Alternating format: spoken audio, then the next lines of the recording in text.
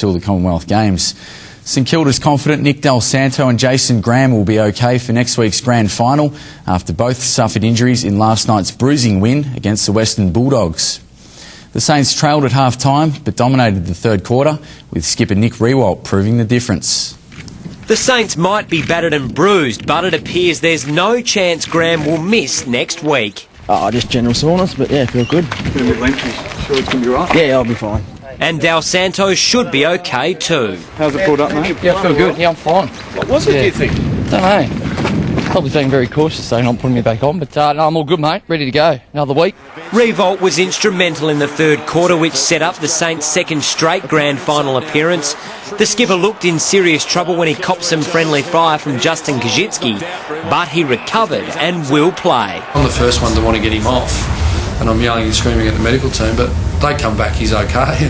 While the Saints look forward, Brad Johnson's 364-game career is over. I know I probably can walk away, that I've given everything that I possibly could with. The Saints now have to decide whether to recall Stephen Baker, who hasn't played since round 13. Look, he's been training really well, so look, I don't envy the coaches at all this week.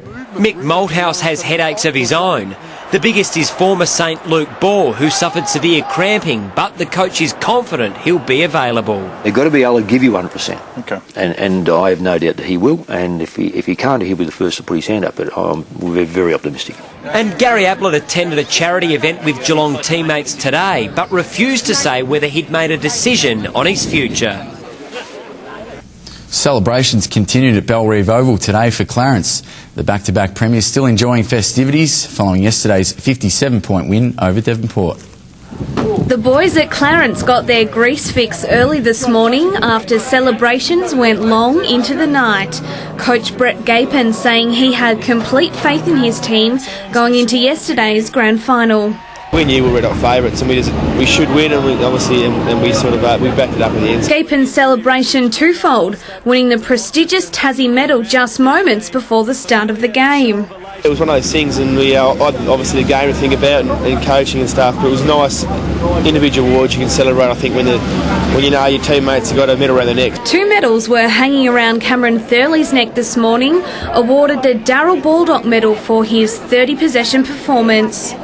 Yeah, just to run through the midfield and get a bit of the footy and just to play my role and obviously get the victory was the most important thing, but also to get a kick and have a run around and on a grand final day. It's fantastic. And with the Clarence reserves also winning yesterday, Thurley is confident of more success in the future. It's good development, good young blokes coming through, so it's an exciting time for the footy club, and I'll certainly be here amongst it for the next couple of years. Alicia Muelling, Southern Cross News. Leighton Hewitt was a shock withdrawal from the final day of the Davis Cup World Group playoff against Belgium. Yesterday's doubles rubber with Paul Hanley came at a cost, with Hewitt flaring up a wrist injury. After a 5-hour rain delay, his replacement Peter Luchak was more than ready to take on Olivier Rokas.